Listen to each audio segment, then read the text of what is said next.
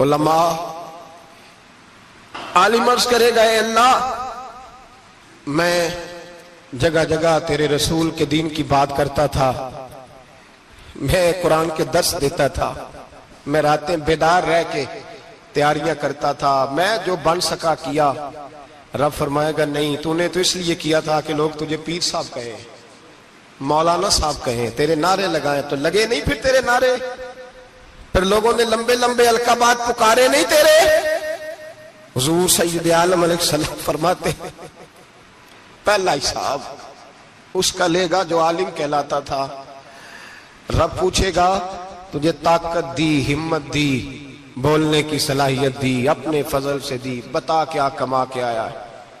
حضرت ابو ہریرہ روتے ہیں، کہتے ہیں میں بھی تو حدیثیں سناتا ہوں، میں بھی تو عالم ہوں، میرے پیچھے بھی تو لوگ بھاگتے ہیں، لوگوں بتاؤ اگر اللہ نے ابو ہریرہ سے پوچھا تو کیا جواب دے گا؟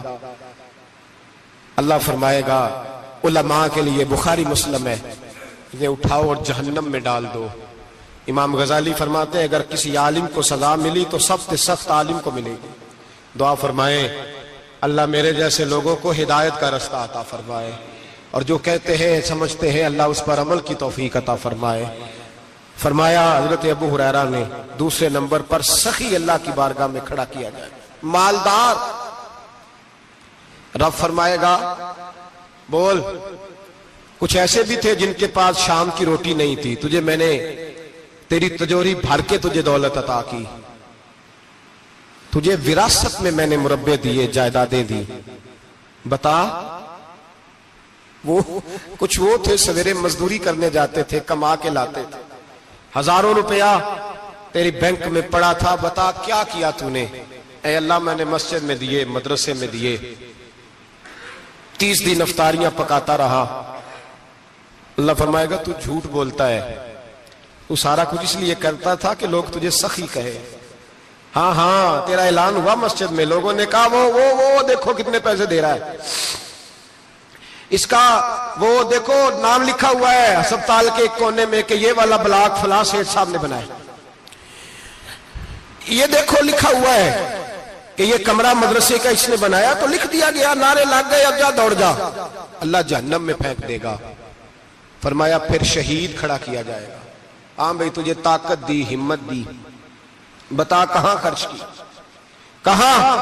اے اللہ شہید ہی ہو گیا۔ فرمایا وہ تو اس لیے ہوا تھا کہ لوگ تجھے شہید کہیں، بہادر کہیں، تیرے نام پہ روڈ کا نام رکھا جائے، تمغہ حسن کارکردگی ملے سو مل گیا، میرے لیے بتا کیا کر کے آیا ہے میرے لیے، اسے اٹھاؤ اور جہنم میں پھینک دو۔ بھائیو عذاب کڑا ہے، عذاب سخت ہے، حساب سخت ہے، اور جو حساب لینے والا ہے اس کو میں نا تراویح ہو رہی تھی تو قاری صاحب نے ایک سورہ یاسین شروع کی، وَامْتَازُوا الْيَوْمَ أَيُّهَا الْمُجْرِمُونَ۔ اللہ فرماتا ہے قیامت میں میں کہوں گا مجرم جو ہے نا وہ صفوں سے باہر آ جائے، صفوں سے باہر آ جائے۔ ایک ہمارے فزکس کے ٹیچر ہوتے تھے تو بڑی سخت چھڑی مارتے تھے، تو جب وہ قد بھی بڑا تھا، جلال بھی بڑا تھا، اور اصول بڑے اچھے انسان تھے لیکن سخت تھے، تو مجھے یاد آتا تھا کہ جب وہ سویرے آ کے کہتے جس نے کام نے لکھا وہ باہر نکل آئے، دو قسم کی چوٹ لگتی تھی۔ ایک تو خیال یہ آتا تھا کہ شرمندگی بڑی ہوگی کہ سارے اسٹوڈنٹ بیٹھے ہیں اور 2 3 4 ان کو کہا وہاں مرغے بن جاؤ، بڑی شرم آتی تھی۔ اور پھر جب وہ مارتے تھے اتنا سخت مارتے تھے کہ کئی دن تکلیف رہتی تھی، بتایا نہیں جاتا تھا۔ وہ اسٹوڈنٹ بتاتے تھے کہ یار اس سے بچو کسی بھی طریقے، اور کسی کا کام رہ بھی جاتا تھا کہتے تھے اس پیریڈ کی ڈیوٹی سبق یاد کر کے آنا ہے۔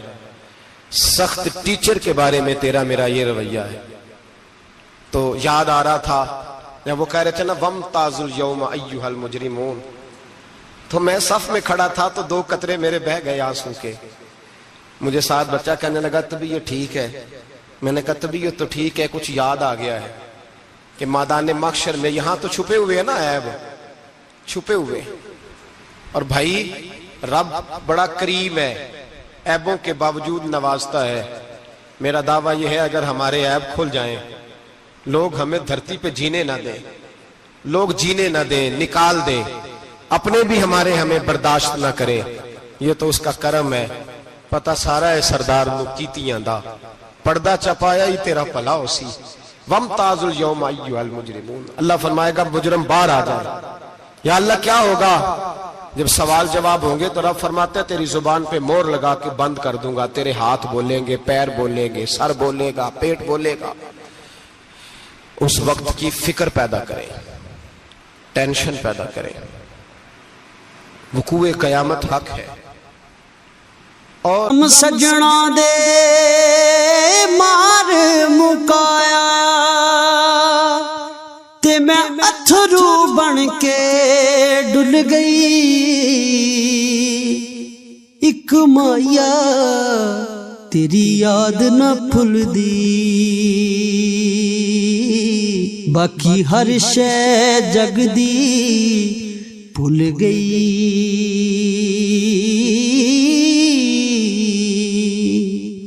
رانا باندھ کے نا لوگ پیر باندھ کے زور کے ساتھ باندھتے، سگا بیٹا جب قبر میں دفن کرتا ہے نا تو وہ بھی کہتا ہے وہ کونا، یہ کونا تھوڑا سا مٹی کم ہے، یہاں بھی مٹی ڈالو۔ پہلے لوگ روزانہ جاتے ہیں، پھر ہفتے کے بعد، پھر مہینوں بیت جاتے ہیں۔ کچھ قبریں ایسی بھی ہیں جن پہ کھڑے ہوں تو لگتا ہے قبریں رو رہی ہیں اور کہتی ہیں جاؤ میرے گھر والوں سے جا کے کہو کوئی پھیرا ہی لگا جائے، ایک دفعہ آئے تو صحیح۔ کوئی مٹی نہیں ڈالتا۔ بادشاہوں کی قبریں روتی ہیں، سرمایہ داروں کی قبریں روتی ہیں، کوئی جاتا نہیں۔ اتنے موٹے سوراخ ہے قبروں میں، آپ اپنے شہر کے قبرستان پھر کے دیکھ لیں، سوراخ ہے۔ او بھائی، حضرت مولا علی شیر خدا قبرستان گئے تو پہلے رونے لگے، پھر کہنے لگے قبروں والوں کیا حال ہے تمہارا؟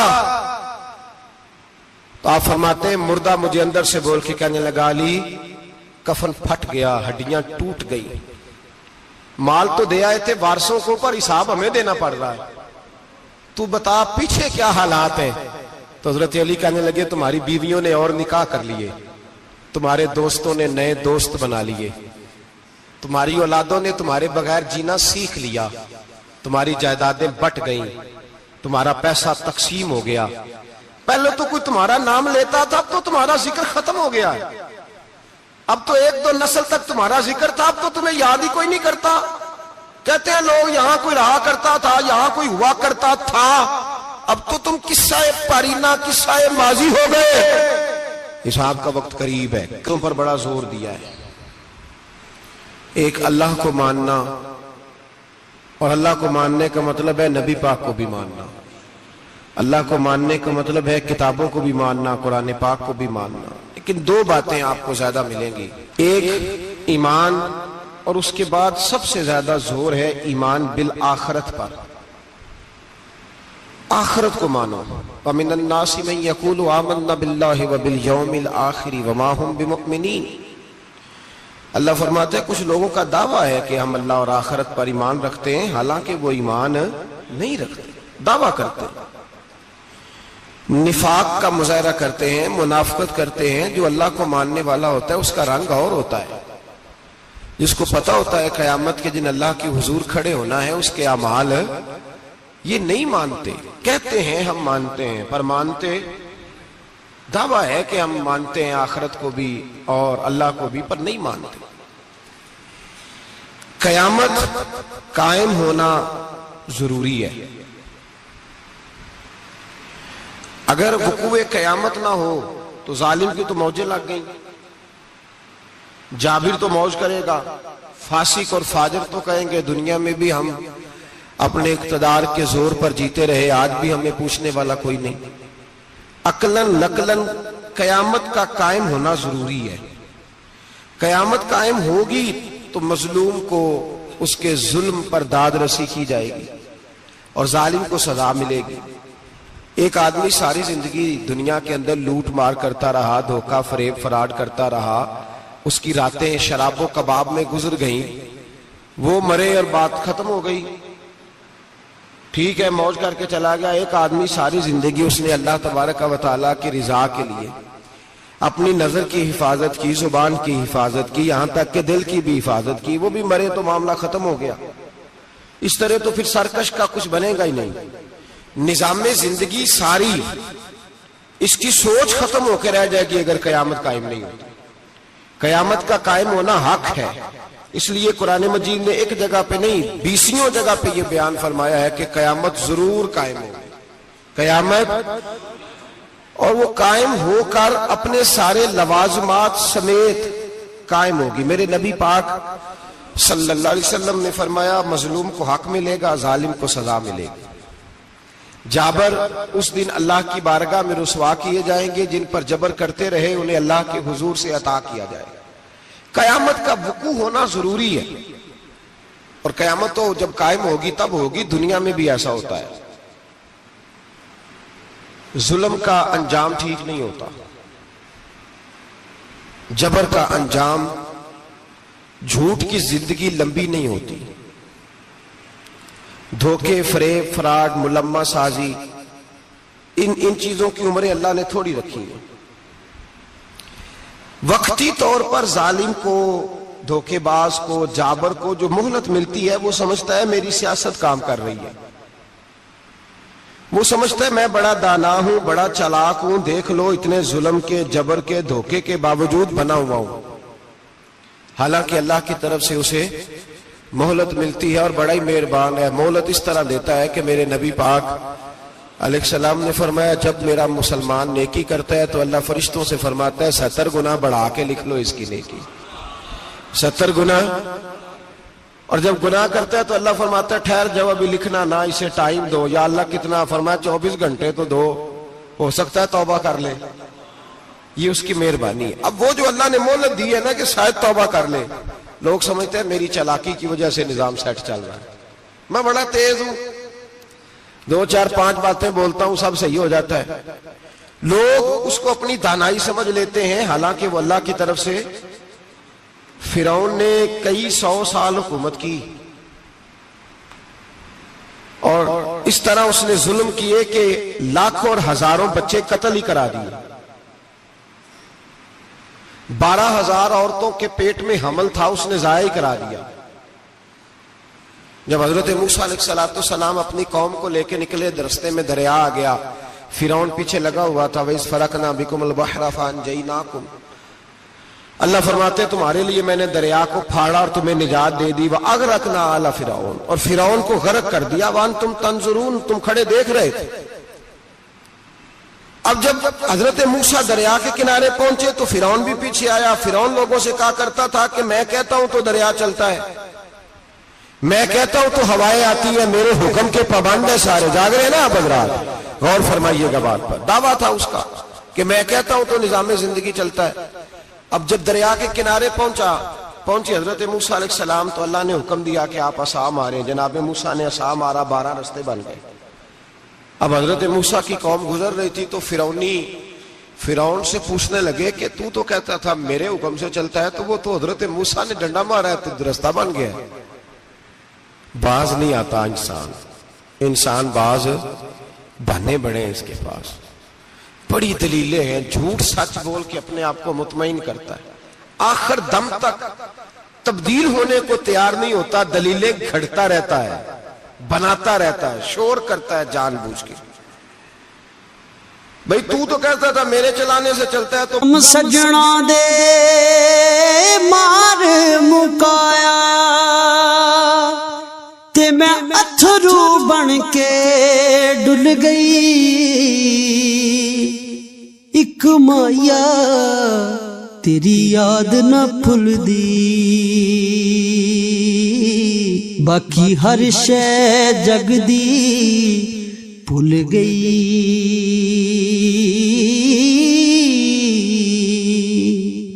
رانا باز ابھی بھی نہیں آیا. کہنے لگا میں نے ہی حکم دیا ہے کہ ذرا پھٹ جا, مجھے یہ زندہ چاہیے. باز رسی جل گئی, بال.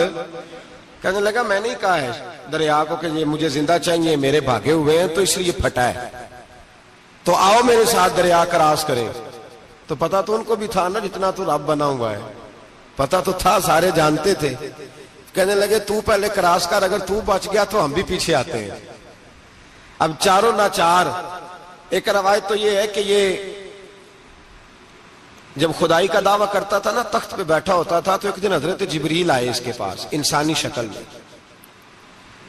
تو کہنے لگے میں بڑی دور سے آیا ہوں، تو ایک مسئلہ پوچھنا تھا. کہا پوچھو. کہنے لگے ایک غلام تھا کسی بادشاہ کا، تو بادشاہ نے اسے تھوڑی دیر کے لیے ایک علاقے کی سربراہی دے دی. کتنی دیر کے لیے؟ کتنی دیر کے لیے ہمیں سربراہیاں ملتی ہیں؟ کیوں جی؟ تھوڑی دیر کے لیے ملتی ہے نا. تھوڑی دیر کے لیے سربراہی دے دی ایک غلام کو. ذرا بات کو سمجھیے. حضرت جبریل پوچھتے ہیں، کہتے ہیں سربراہی مل گئی. اب وہ مالک ہی بن کے بیٹھ گیا ہے، وہ بات ہی نہیں سنتا. اس کو تھوڑی دیر کے لیے بنایا تھا، وہ تو خدائی کا دعویٰ کرنے لگا ہے. آپ بتائیں اس کا انجام کیا ہونا چاہیے؟ یہ مسئلہ پوچھنے آیا ہوں. تو فرعون کہنے لگا اس کا انجام یہ ہے کہ اسے پانی میں غوطے دے دے کے مار دے. انجام کیا ہے؟ بولیے بولیے، کیا انجام ہے؟ کیا انجام ہے جی؟ پانی میں. اللہ اکبر. اپنی سزا تجویز کر رہا ہے. اس کی سزا کہ اسے پانی میں غوطے دے دے کے مارو ظالم کو. اسے تھوڑی دیر کے لیے بنایا تھا اور وہ چھائی گیا ہے، قبضہ ہی کر گیا ہے. حضرت جبریل کہنے لگے جی آپ لکھ کے دے دیں گے؟ کہنے لگا لاؤ لکھ دیتے ہیں. لکھوا لیا. جناب جبریل رکا لے کے تشریف لے گئے. اب جب فرعون دریا میں آیا نا، تو اللہ نے حکم دیا مل جا. جب دریا ملا چیخنے لگا. تو حضرت جبریل آئے، کہنے لگے تیرا ہی فتویٰ ہے، یہ تیری سزا ہی ہے نا. ہم بھی بڑی سزائیں تجویز کرتے ہیں. یہ جھوٹا ہے جی، اس کا تو فلانا علاج ہونا چاہیے. تو اگر تو جھوٹ بولے تو یہ فلانا بڑا جاور ہے جی، اس کے ساتھ اس طرح ہونا چاہیے. تو اگر تو یہ کام کرے تو جو سزا تو لوگوں کے لیے تجویز کر رہا ہے، تو اپنے بارے میں بھی سوچ.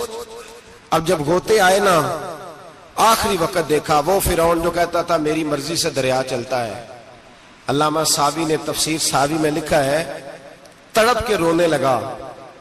جب یہ مزاج ہے، ایک دفعہ اوپر آتا ہے آدمی جب دریا میں جاتا ہے، اوپر آیا تو چیخنے او میرے حواریو خدا کا واسطہ مجھے بچاؤ. کہنے لگے تو کہتا تھا میری مرضی سے چلتا ہے. بے بسی ہے، تڑپتا ہے، روتا ہے.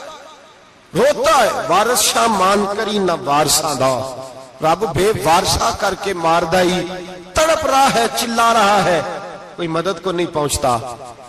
اب جب آخری غوطہ آیا تو کہنے لگا آمنا بے رب موسیٰ و ہارون. میں موسیٰ کے رب کو بھی مان گیا، ہارون کے رب کو بھی. اللہ نے فرمایا نہیں، اب تیرا ماننا قابل قبول ہے. اس وقت ماننا تھا جب تجھے مہلت دی تھی، جب تو جوان تھا. بڑھاپا آتا ہے، بیماری آتی ہے. جوان آدمی بیماری کا شکار ہوتا ہے تو کہتا ہے یا اللہ ایک دفعہ صحیح کر دے، میں ساری پڑھا کروں گا. ایک دفعہ ٹھیک کر دے، میں مسجد میں رہوں گا، میں اگلے سال اعتکاف بھی کروں گا، میں ساری تراویحیں پڑھوں گا. تو اس وقت پڑھنی تھی جب تجھے مہلت دی تھی. اس وقت پڑھنا تھا جب اللہ نے تجھے آسانی دی، زندگی دی. اگلا وقت یہ حال ایک کا نہیں ہوا. نمرود کو دیکھ لیں، حضرت ابراہیم علیہ السلام کو کہتا تھا میں رب ہوں. آپ نے فرمایا رب تو وہ ہے جو زندہ کرتا اور مارتا ہے. ایک موت کا قیدی بلایا، کہنے لگا ہاں بھائی کتنے دن رہ گئے تھے پھانسی میں؟ کہنے لگا جی پرسوں ہونی تھی. کہا جا تجھے آزاد کیا، لو میں بھی زندگی دیتا ہوں. ایک بے گناہ آدمی کو پکڑ کے قتل کر دیا، کہتا میں بھی مارتا ہوں. حضرت ابراہیم علیہ السلام کہنے لگے تو بیوقوفوں جیسی دلیلیں دے رہا ہے. چل اس طرح کر، میرا رب سورج مشرق سے نکالتا ہے، تو اگر رب ہے تو مغرب سے نکال کے دکھا. اب دلیل کا جواب کوئی نہیں تھا تو کہنے لگا پکڑو اور آگ میں ڈال دو. اللہ کے نبی کو آگ میں ڈالنے والا. یہاں ایک مچھر بیٹھا ہے، 400 سال حکومت کی اور خدائی کا دعویٰ کیا. یہاں مچھر بیٹھا تھا، چھینک آئی تو مچھر اندر چلا گیا. پہلے دربار کا ادب یہ تھا کہ جو آئے سجدہ کرے. اب اس کے سر پہ کوئی چیز مارتا تھا تو اسے سکون ہوتا تھا. مچھر تھوڑی دیر کے لیے اس کا دماغ چھوڑتا تھا. او بھائی یہ اس دھرتی پہ اللہ نے لوگوں کو نظارے دکھائے اور ہمیں سمجھانے کے لیے دکھائے. ہمیں تفکر کی، غور کی دعوت دی کہ دیکھ لینا، اپنے عمل کو پرکھنا. تمہارے عمل حضرت موسیٰ کے فرما برداروں جیسے ہیں، جناب ابراہیم کے فرما برداروں جیسے ہیں، یا بن کے بیٹھ گئے ہو؟ اب دربار کا ادب یہ ہے، بے بسی کا یہ حال ہے کہ جوتے لٹکتے ہیں دربار میں، جو آتا ہے جوتا کھینچتا ہے. اور ادب یہ ہے کہ 10 جوتے نمرود کے سر پہ مارو. اور 400 سال جوتے لگتے رہے. روتا تھا. جو آدمی آتا تھا منتیں کرتا تھا, کہتا تھا کہیں سے کوئی دوائی مل جائے گی. پاگلوں جیسی زندگی گزاری, پاگلوں جیسی سخت. وہ تو حساب, وقوع قیامت تو حساب ہوگا ہی. یہاں لوگ پاگل ہو کے مرتے ہیں معاذ اللہ, نفسیاتی مریض ہو کے مرتے ہیں. یہاں آخری وقت اتنا سخت آتا ہے کہ دنیا موت کی دعائیں مانگتی ہے. میرے بھائی, جب انسان ظلم کرتا ہے تو بھول جاتا ہے کہ شاید مجھے پوچھے گا کوئی نہیں. جب وہ زیادتی کرتا ہے تو بھول جاتا ہے. جب وہ کسی کا حق کھاتا ہے تو وہ کہتا ہے شاید اس کا تو وارث ہی کوئی نہیں جس کو میں لوٹ رہا ہوں. لیکن جب اللہ کی پکڑ آتی ہے, حجاج بن یوسف ظالم تھا, اس نے اچھے کام بھی کیے تھے. قرآن پاک پر زیر زبر آراب حجاج بن یوسف نے لگوایا. محمد بن قاسم کو ہندوستان سندھ کے علاقے فتح کرنے بھی حجاج بن یوسف نے بھیجا تھا. ساری خوبیاں اپنی جگہ پر, ظالم بہت بڑا تھا. کسی آدمی نے اس کے سامنے کونے کی طرف منہ کر کے ساتھ والے سے بات کر لی تو کہنے لگا میرے خلاف کیا, اس کو لے جاؤ 2 ٹکڑے کر کے واپس لے آؤ. توتی بولتا ہے نا اقتدار. جب کسی کے ہاتھ اقتدار ہوتا ہے نا, وہ چاہے ایک گھر کا ہی کیوں نہ ہو, وہ 10 بندے فیکٹری میں کام کرتے ہیں اور جو ان کا مالک ہوتا ہے وہ کہتا میں مالک ہوں, مجھے مانو. جب تو صاحب اقتدار ہوتا ہے نا, جب تو سسر بن کے بیٹھتا ہے اور کسی غریب گھر کی بہو آتی ہے 2-4 تو کہتا میرا اقتدار ہونا چاہیے. جب میں کھانسنے لگوں تو ہر آدمی کے ہاتھ میں ٹشو پیپر ہونا چاہیے. جب میں بولنے لگوں تو بندھے ہوئے ہاتھوں سے ہر آدمی جی کرتا ہوا کھڑا ہونا چاہیے. جس آدمی کا, اور یہ کام بہو بھی کرتی ہے کئی دفعہ, وہ بھی کہتی ہے کہ تمہیں پتا نہیں میں کتنا لمبا چوڑا جہیز لے کے آئی ہوں. جب میں سونے کے لیے اپنے بیڈ روم میں جاؤں تو خبردار بوڑھے بابے کو اجازت نہیں کہ وہ کھانسے. اماں کو چاہیے کہ اگر اس کو بڑی سخت پیاس بھی لگی ہے تو میرے سوتے باورچی خانے میں برتن نہ کھٹکھٹائے. جو جہاں بھی جس اسٹیج پہ بھی بیٹھتا ہے وہ کہتا ہے کوئی نہیں مجھے پوچھنے والا, میں مطلق العنان ہوں. جوان بوڑھوں کا مذاق اڑاتے ہیں, سمجھتے ہیں شاید کبھی بوڑھے نہیں ہونا, مذاق اڑاتے ہیں. تندرست لوگ بیماروں کا مذاق اڑاتے ہیں, شاید کبھی بیمار نہیں ہونا. حجاج بن یوسف ظالم تھا, ظلم کرتا تھا, زیادتی کرتا تھا. حضرت سعید بن جبیر ایک تابعی بزرگ تھے, اتنے بڑے بزرگ تھے کہ ساری رات نماز پڑھتے تھے, سارا سال روزہ رکھتے تھے. ایک دن انہوں نے منبر پہ بیٹھ کے کہا کہ حجاج ظلم سے باز آ جائے ورنہ اللہ کی لاٹھی بڑی بے آواز ہے. اللہ کی لاٹھی, اس کا کیا مطلب ہوتا ہے؟ اس کا مطلب ہے جب رب کی لاٹھی چلتی ہے تو اس کی آواز, اس کا پہلے کوئی پیغام, وہ پہلے اعلان نہیں کرتا کہ تگڑے ہو جاؤ لاٹھی چلنے لگی ہے. لاٹھی چلتی ہے پر اس کی آواز, سمجھ آ رہی ہے میری بات کی؟ جمعۃ الوداع کے لیے تشریف لانے والے احباب خاص غور فرمائیے گا. حجاج بن یوسف کو پتا چلا کہ حضرت سعید بن جبیر نے میرے خلاف بات کی, بلا لیا. کہنے لگا تو نے میرے خلاف بات کی ہے؟ فرمانے لگے کی ہے. کہنے لگا تجھے پتا ہے میں قتل کر دوں گا؟ آپ فرمانے لگے نہ تو زندگی کا مالک ہے نہ موت کا مالک ہے, تو کیسے قتل کر؟ کہنے لگا تجھے پتا ہے میرا؟ فرمایا میں نے تجھے نہیں, میں نے تو کئی شداد, کئی حماد, کئی قارون, کئی فرعون, کئی نمرود دیکھے, کئیوں کی داستانیں سنی. تو کون ہے؟ تو چھوٹا سا ہے. ایک جملہ ہے ملا جلال الدین رومی کا, بڑے درویش تھے, ایک بات کہہ گئے. کہنے لگے نمرود جتنے پیسے نہیں, فرعون جتنی حکومت نہیں, قارون جتنی دولت نہیں, ورنہ فرمانے لگے میرے زمانے میں بھی کئی لوگوں کا خدا بننے کو دل کرتا ہے, کئی لوگوں کا دل کرتا ہے, لیکن نمرود جتنے پیسے, فرعون جتنی طاقت اور قارون جتنی دولت نہیں, ورنہ ہو سکتا ہے لوگ دعویٰ کر جائیں معاذ اللہ ثم معاذ اللہ. یہ آج سے کئی 100 سال پہلے وہ کہہ رہے ہیں, آج تو حالات بڑے ابتر ہیں, اس کی نسبت خطرناک. فرمانے لگے